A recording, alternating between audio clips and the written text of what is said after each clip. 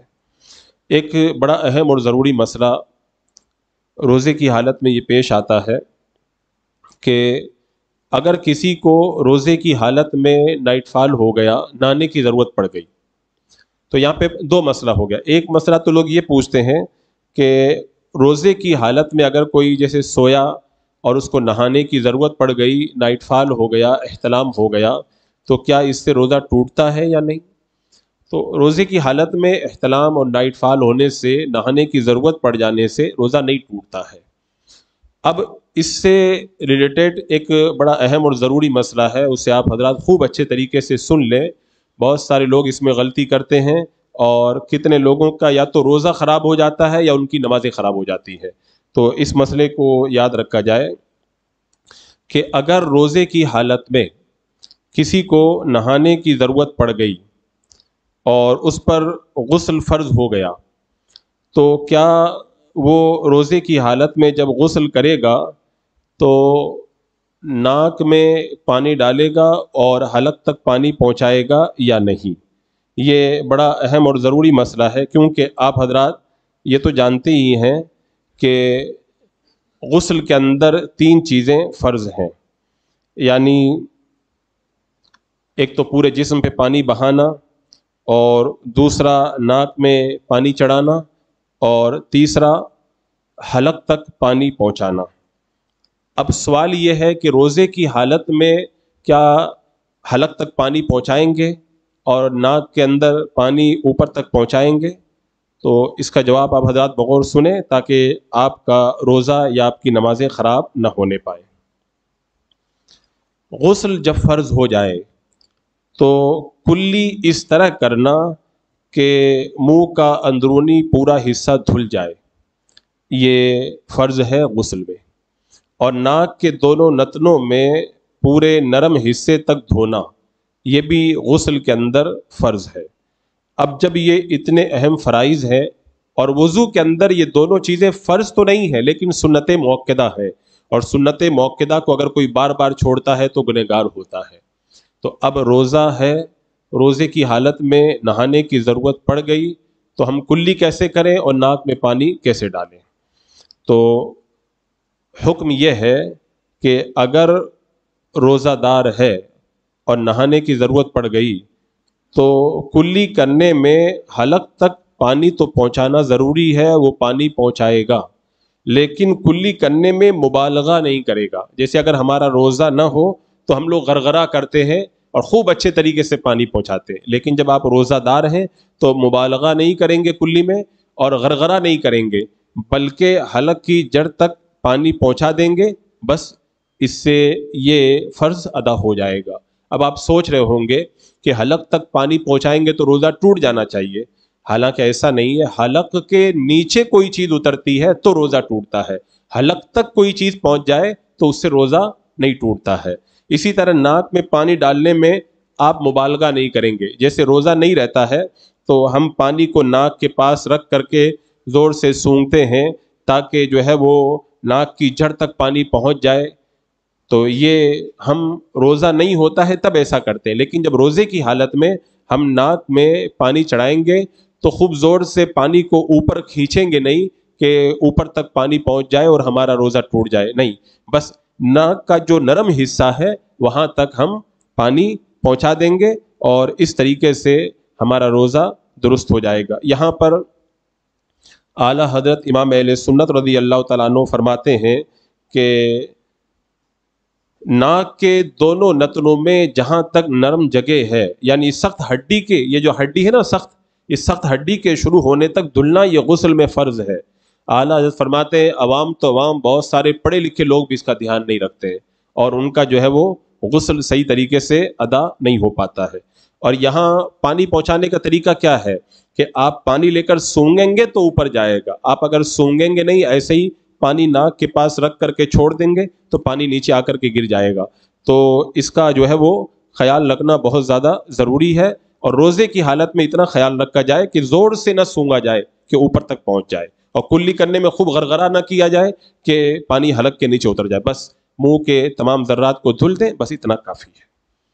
اب اس کے بعد میں ایک سوال یہ پیش آتا ہے کہ روزے کی حالت میں اگر کسی کو کھٹی ڈکار آئے تو کیا روزہ ٹوٹ جاتا ہے؟ عام طور پر جو لوگ سحری کے اندر زیادہ کھا لیتے ہیں یا کچھ گیس بنانے والی چیزیں کھا لیتے ہیں تو جس کی وجہ سے کھٹی ڈکاریں آتی ہیں، اور کبھی کبھی ایسا بھی ہوتا ہے کہ ایسا لگتا ہے جیسے حلق میں کچھ پانی آ کر کے واپس چلا گیا۔ تو حکم یہ ہے کہ کھٹی ڈکار آنے سے روزہ نہیں ٹوٹتا ہے، اگرچہ ڈکار آنے سے پانی حلق میں آ کر کے واپس خود بخود چلا جائے، اس سے روزہ نہیں ٹوٹتا ہے۔ ہاں یہ ہے کہ خیال رکھا جائے کہ سحری کے اندر اتنا زیادہ نہ کھایا جائے کہ جس کی وجہ سے اس طرح کی کیفیت پیدا ہو جائے۔ اور یہ تو ایک بڑا عام سوال ہے، پھر بھی ہر سال لوگ پیش کرتے ہیں کہ روزے کی حالت میں سرما لگانا، تیل لگانا یا عورتوں کا ہاتھوں پہ مہندی لگانا جائز ہے یا نہیں۔ نہ تو سرما لگانے سے روزہ ٹوٹتا ہے، نہ سر میں یا بدن پہ تیل لگانے سے روزہ ٹوٹتا ہے، اور نہ عورتوں کے ہاتھوں پر مہندی لگانے سے روزہ ٹوٹتا ہے۔ جیسے عام دنوں میں آپ ان چیزوں کو استعمال کر سکتے ہیں، اسی طرح آپ روزے کی حالت میں بھی ان کو استعمال کر سکتے ہیں۔ دمہ کے مریضوں کی طرف سے یہ سوال ہے کہ دمہ کے مریض جو انہیلر استعمال کرتے ہیں تو کیا روزے کی حالت میں انہیلر استعمال کریں گے تو روزہ ٹوٹے گا یا نہیں ٹوٹے گا؟ انہیلر میں کیا ہوتا ہے، انہیلر کے ذریعے سانس لینے میں روزہ ٹوٹ جاتا ہے۔ اس کی وجہ یہ ہے کہ اس کے اندر دوائی ہوتی ہے، اور وہ دوائی گیس کی شکل میں مریض کے پھیپھڑوں تک پہنچ جاتی ہے، لہذا اگر کوئی دمہ کا مریض روزے کی حالت میں انہیلر استعمال کرے گا اور اس کے ذریعے اپنے پھیپھڑوں میں گیس وغیرہ یا دوا وغیرہ پہنچائے گا تو اس کا روزہ ٹوٹ جائے گا۔ ایسے ہی ایک مسئلہ یہ پیش کیا جاتا ہے کہ اگر کسی کو دانت میں تکلیف ہے تو کیا روزے کی حالت میں دانت نکلوا سکتے ہیں؟ تو اس کو یاد رکھا جائے کہ جب آپ دانت نکلوائیں گے تو دانت سے جو خون نکلے گا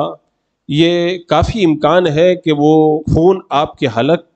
کے نیچے اتر جائے، اور جب حلق کے نیچے خون اتر جاتا ہے تو روزہ ٹوٹ جاتا ہے، لہذا روزے کی حالت میں دانت وغیرہ نہیں نکلوانا چاہیے کہ کہیں خون نکل کر کے حلق کے نیچے نہ پہنچ جائے اور ہمارا روزہ ٹوٹ نہ جائے، لہذا اس میں سخت پرہیز کرنا چاہیے، روزے کی حالت میں دانت نہیں نکلوانا چاہیے۔ ایسے ہی دانت کے حوالے سے ایک مسئلہ یہ روزے کی حالت میں پیش آتا ہے کہ اگر کسی کے دانتوں میں خون آ گیا اور خون آ کر کے حلق کے نیچے چلا گیا تو کیا ہمیشہ روزہ ٹوٹ جاتا ہے یا اس کا حکم الگ الگ صورتوں میں الگ الگ ہے؟ تو یاد رکھیں اس مسئلے کو بھی کہ اگر آپ کے دانتوں سے خون نکلا اور وہ اب دیکھا جائے گا کہ آپ کے حلق کے نیچے جو خون اترا ہے اس میں خون زیادہ تھا یا تھوک زیادہ تھا، اگر خون یہ تھوک سے زیادہ تھا اور حلق کے نیچے اتر گیا تو روزہ ٹوٹ جائے گا، اور خون اگر تھوک کے برابر تھا اور حلق کے نیچے اتر گیا تب بھی روزہ ٹوٹ جائے گا، اور اگر تھوک یہ زیادہ تھا اور خون یہ کم تھا، اگر تھوک سے کم اگر خون ہو لیکن آپ کے حلق کے نیچے جب اترا تو حلق میں اس کا ذائقہ محسوس ہوا تب بھی روزہ ٹوٹ جائے گا، اور اگر تھوک کم ہے اور حلق میں اس کا ذائقہ محسوس نہیں ہو رہا ہے تب روزہ نہیں ٹوٹے گا۔ یہ 4 صورتیں میں نے بتائی ہیں، ان کو اچھی طریقے سے یاد کر لو۔ آج کل یہ خون نکلنے کا عام مرض ہے یہ آج کل، ان 4 باتوں کو آپ یاد رکھ لیں گے تو انشاءاللہ آپ کا روزہ ٹوٹا کہ نہیں ٹوٹا آپ آرام سے پتہ لگا لیں گے۔ پہلی صورت میں نے کیا بتائی، اگر تھوک نکلا ہے، حلق کے نیچے اتر گیا ہے اور یہ خون جو نکلا یہ تھوک سے زیادہ تھا، روزہ ٹوٹ گیا، اور خون جو نکلا ہے حلق سے نیچے اترا ہے اور تھوک کے برابر تھا تب بھی روزہ ٹوٹ گیا۔ اور تیسری صورت میں نے یہ بتائی کہ خون کم تھا، تھوک زیادہ تھا، لیکن جب حلق کے نیچے اتر رہا ہے تو آپ کو حلق میں مزہ لگ رہا ہے، اس کا محسوس ہو رہا ہے، تب بھی روزہ ٹوٹ جائے گا۔ اور ایک صورت ہے جس میں روزہ نہیں ٹوٹتا ہے، وہ صورت کون سی ہے کہ تھوک یہ زیادہ ہو، خون یہ کم ہو، اور حلق کے نیچے جب وہ تھوک خون کے ساتھ میں اتر رہا ہے تو حلق میں اس کا ذائقہ محسوس نہیں ہو رہا، تب پھر روزہ نہیں ٹوٹے گا۔ تو یہ جو ہے وہ دانتوں کے حوالے سے ضروری مسئلہ تھا، اسے یاد رکھنا چاہیے۔ اس کے بعد میں یہاں پر میڈیسن کے حوالے سے بھی کچھ اور مسائل پیش کیے جاتے ہیں، جیسے مثال کے طور پر ایک مسئلہ بار بار لوگوں کے سامنے یہ بھی آتا ہے کہ اگر کوئی روزے کی حالت میں ہے اور ٹوتھ پیسٹ کرنا چاہتا ہے تو کیا روزے کی حالت میں ٹوتھ پیسٹ کر سکتا ہے؟ یعنی جو برش پہ کولگیٹ وغیرہ لگا کر کے دانتوں کو صاف کرتے ہیں، کیا روزے کی حالت میں ایسا کر سکتے ہیں؟ تو اس کو یاد رکھیں کہ روزے کی حالت میں اگر کوئی ٹوتھ پیسٹ کرتا ہے تو اس سے اگرچہ ڈائریکٹ تو یہ نہیں کہیں گے کہ روزہ ٹوٹ جاتا ہے، لیکن اگر اس کے ذرات حلق کے نیچے اتر گئے تب پھر روزہ ٹوٹ جائے گا۔ لہذا عام حالات میں روزے کی حالت میں ٹوتھ پیسٹ کرنا یہ مکروہ ہے، اس کو روزے کی حالت میں نہیں کرنا چاہیے، کیونکہ اگر حلق کے نیچے کوئی جز اتر جائے گا تب تو آپ کا روزہ ٹوٹ سکتا ہے اور روزے کو بچانا بڑا ضروری ہے، لہذا روزے کی حالت میں اس سے پرہیز کیا جائے۔ اعلیٰ حضرت امام اہل سنت رضی اللہ تعالیٰ عنہ نے ایک جگہ لکھا ہے کہ منجن ناجائز و حرام تو نہیں ہے، لیکن جب اطمینان ہو کہ اس کا کوئی بھی جز حلق میں نہیں جائے گا تب جو ہے وہ روزہ نہیں ٹوٹتا۔ لیکن اب کیا پتا ہم کر رہے ہیں کون سا جو ہے وہ ذرہ جز جو ہے وہ حلق کے نیچے اتر گیا تو یہ ایک بڑی پریشانی کا سبب بن جائے گا، لہذا روزے کی حالت میں ایسا نہ کیا جائے۔ اس کے علاوہ منہ میں ذائقہ جب محسوس ہوتا ہے اور روزے دار کو کوئی چیز چکنا مکروہ ہے، اور کولگیٹ وغیرہ جب آپ کرتے ہیں تو ذائقہ اس کا آپ کو محسوس ہوتا ہے، لہذا اس کو روزے کی حالت میں نہیں کرنا چاہیے۔ ایک سوال یہ پیش کیا جاتا ہے کہ اگر روزے کی حالت میں خون ٹیسٹ کرانا ہے، چیک اپ کرانا ہے، تو کیا خون چیک اپ کرا سکتے ہیں روزے کی حالت میں؟ اگر ضرورت نہیں ہے تب تو روزے کی حالت میں خون وغیرہ ٹیسٹ نہیں کروانا چاہیے۔ ہاں اگر ضرورت ہے تو روزے کی حالت میں آپ نے خون نکلوایا ٹیسٹ کروانے کے لیے تو اس سے روزہ نہیں ٹوٹتا ہے، کیونکہ خون نکلنے سے روزہ نہیں ٹوٹتا ہے، لہذا آپ اگر خون نکلوائیں گے ٹیسٹ کروانے کے لیے تو اس سے روزہ نہیں ٹوٹے گا۔ ہاں اتنا زیادہ خون اگر آپ نکلوا رہے ہیں جس سے کمزوری آ رہی ہے تو ایسا کرنا مکروہ ہے، اس طرح روزے کی حالت میں نہیں کرنا چاہیے۔ کچھ عورتیں جن کے پیٹ میں بچہ ہوتا ہے، حاملہ ہوتی ہے، ان کے بارے میں بہت سارے لوگوں کا یہ خیال ہوتا ہے کہ عورت کے پیٹ میں بچہ ہے، خاص طور سے جب 8واں 9 مہینہ یا آخر دن چلتے ہیں تو لوگ کہتے ہیں کہ ایسی عورتوں کو روزہ نہیں رکھنا چاہیے۔ تو کیا ایسی عورتوں کے لیے روزہ معاف ہے؟ اگر وہ روزہ چھوڑیں گی تو انہیں کوئی گناہ نہیں ہوگا؟ حکم شرع یہ ہے کہ عورت کو حمل کی حالت میں اگر روزہ رکھنے سے اپنی جان کا اندیشہ ہو یا اپنے آپ کو زیادہ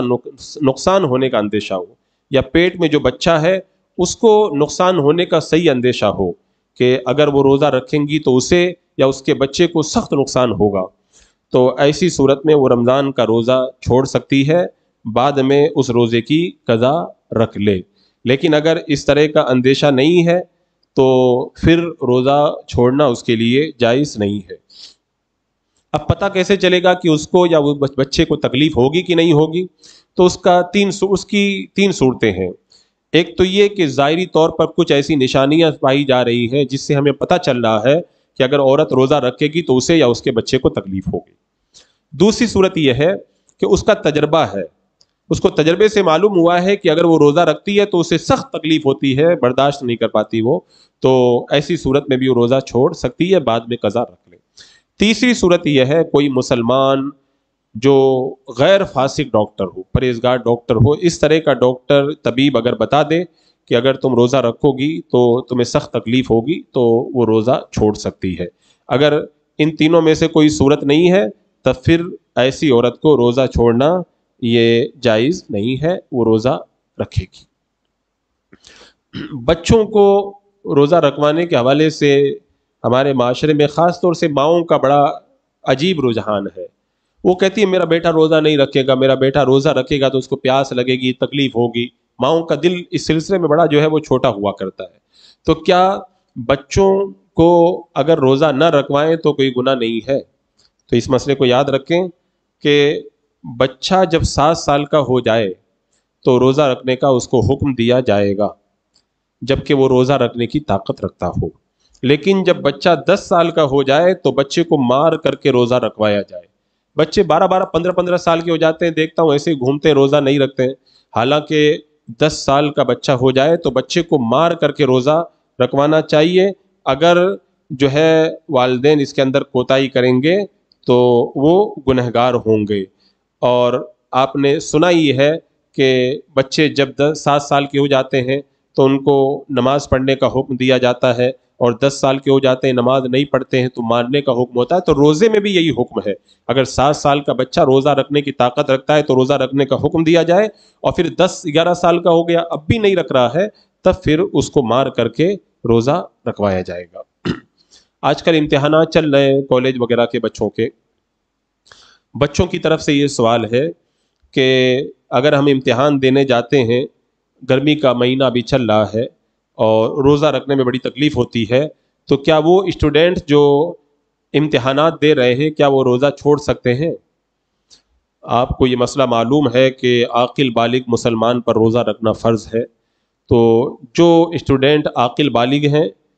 ان پر جب روزہ فرض ہے تو صرف امتحان اور گرمی کے عذر کی وجہ سے روزہ چھوڑنا ان کے لیے جائز نہیں ہے۔ اگر وہ روزہ چھوڑیں گے تو سخت گنہگار ہوں گے، انہیں چاہیے کہ روزہ رکھیں اور امتحان بھی اپنا دیں، کیونکہ اگر انہیں تھوڑی تکلیف امتحان کی وجہ سے ہو رہی ہے تو انشاءاللہ اس کا ثواب انہیں اور بھی زیادہ ملے گا۔ لیکن صرف امتحان کو بہانہ بنا کر کے اگر کوئی روزہ چھوڑ دے تو سخت گنہگار ہے۔ ہاں، جو بچے نابالغ ہیں اور چھوٹے بچے ہیں وہ اگر ویسے بھی روزہ نہ رکھیں تو ان پر گناہ نہیں ہے، اور امتحان کی وجہ سے بھی اگر وہ روزہ ترک کر دیں تو ان پر کوئی گناہ نہیں ہے۔ ایک مسئلہ یہ عورتوں کی طرف سے ہے کہ عورتیں روزہ رکھیں اور روزے کی حالت میں ان کو MC آ جائے، حیض کا خون آ جائے روزے کی حالت میں، تو ان کے لیے کیا حکم ہے؟ ان کا روزہ تو ٹوٹ گیا، یہ تو سب کو پتہ ہے، لیکن کیا حیض کا خون آنے کے بعد میں رمضان کے مہینے میں عورتوں کو پھر دن بھر بھوکا پیاسا رہنا ضروری ہے یا وہ کھا پی سکتی ہے؟ تو حکم یہی ہے کہ عورت اگر روزے کی حالت میں اسے حیض آ گیا اور اس کا روزہ ٹوٹ گیا تو رمضان کے بعد میں وہ اس روزے کی قضا رکھے گی، لیکن جو دن بھر اس کو دن پورا گزارنا ہے اس کے لیے واجب نہیں ہے کہ وہ بغیر کھائے پیے رہے۔ ہاں، بہتر یہ ہے کہ اگر وہ کھائے پیے تو سب کے سامنے کھائے پیے نہیں بلکہ چھپ کر کے کھائے پیے، رمضان کی ادب کی وجہ سے سب کے سامنے کھانا پینا نہ کرے۔ اور ایک مسئلہ یہ وضو وغیرہ کے حوالے سے رمضان میں لوگوں کو پیش آتا ہے، جب کلی کرتے ہیں نا کبھی کبھی غلطی سے حلق کے نیچے پانی اتر جاتا ہے۔ اب وہ کہتے ہیں کہ غلطی سے حلق کے نیچے پانی اتر گیا تو ہمارا روزہ تو نہیں ٹوٹنا چاہیے، حالانکہ صحیح مسئلہ یہ ہے اگر آپ کو معلوم ہے کہ میں روزے دار ہوں اور آپ نے کلی کی اور غلطی سے پانی حلق کے نیچے اتر گیا تو آپ کا روزہ ٹوٹ جائے گا، اگرچہ جان بوجھ کے آپ نے نہیں اتارا، غلطی سے اتر گیا، لیکن آپ کو جب پتا ہے کہ میں روزے دار ہوں تو حلق کے نیچے اگر غلطی سے بھی پانی اتر جائے کلی کرنے میں تو روزہ ٹوٹ جائے گا اور اس کی قضا بعد میں آپ کو رکھنا لازم ہوگا۔ ہاں، ایک صورت ہے اگر کسی کو یہ یاد ہی نہیں رہا کہ میرا روزہ ہے یا نہیں ہے اور پھر غلطی سے حلق کے نیچے پانی اتر گیا یا پانی حلق کے نیچے اس نے اتار لیا تو ایسی صورت میں روزہ نہیں ٹوٹے گا، کیونکہ اسے روزہ دار ہونا یاد نہیں ہے۔ اور بھی رمضان المبارک کے مہینے میں میڈیسن وغیرہ اور اس حوالے سے بہت سارے مسائل پیش آتے ہیں۔ یہ کچھ سوالات جو بار بار سامنے آ رہے تھے ان کو میں نے آپ کے سامنے اس لیے رکھ دیا تاکہ جب سوال و جواب کا سیشن چلے تو آپ لوگ بار بار گھما کر کے انہی سوالات کو نہ کریں۔ تو ان ضروری سوالات کو میں نے آپ کے سامنے رکھ دیا، ان کو یاد کر لیں، اور ماہ رمضان میں آپ کو جب مسائل دریافت کرنے ہو تو ان کے علاوہ دوسرے مسائل دریافت کریں تاکہ زیادہ سے زیادہ معلومات آپ کو حاصل ہو سکے۔ بسم اللہ الرحمن الرحیم۔ اللہم صلی علی سیدنا و مولانا محمد وبارک وسلم صلاۃ و سلام علیک یا رسول اللہ یا اللہ یا رحمان یا رحیم العالمین۔ اپنے محبوب کریم رؤوف الرحیم علیہ الصلوۃ والتسلیم کے صدقے میں مولا اس مقدس ماہ رمضان کی برکتوں سے ہم سب کو مالا مال فرما۔ اے اللہ یہ علم دین سیکھنے اور سکھانے کی محفل کو اپنی بارگاہ میں قبول فرما۔ اے اللہ جتنے حضرات بھی اس دینی محفل میں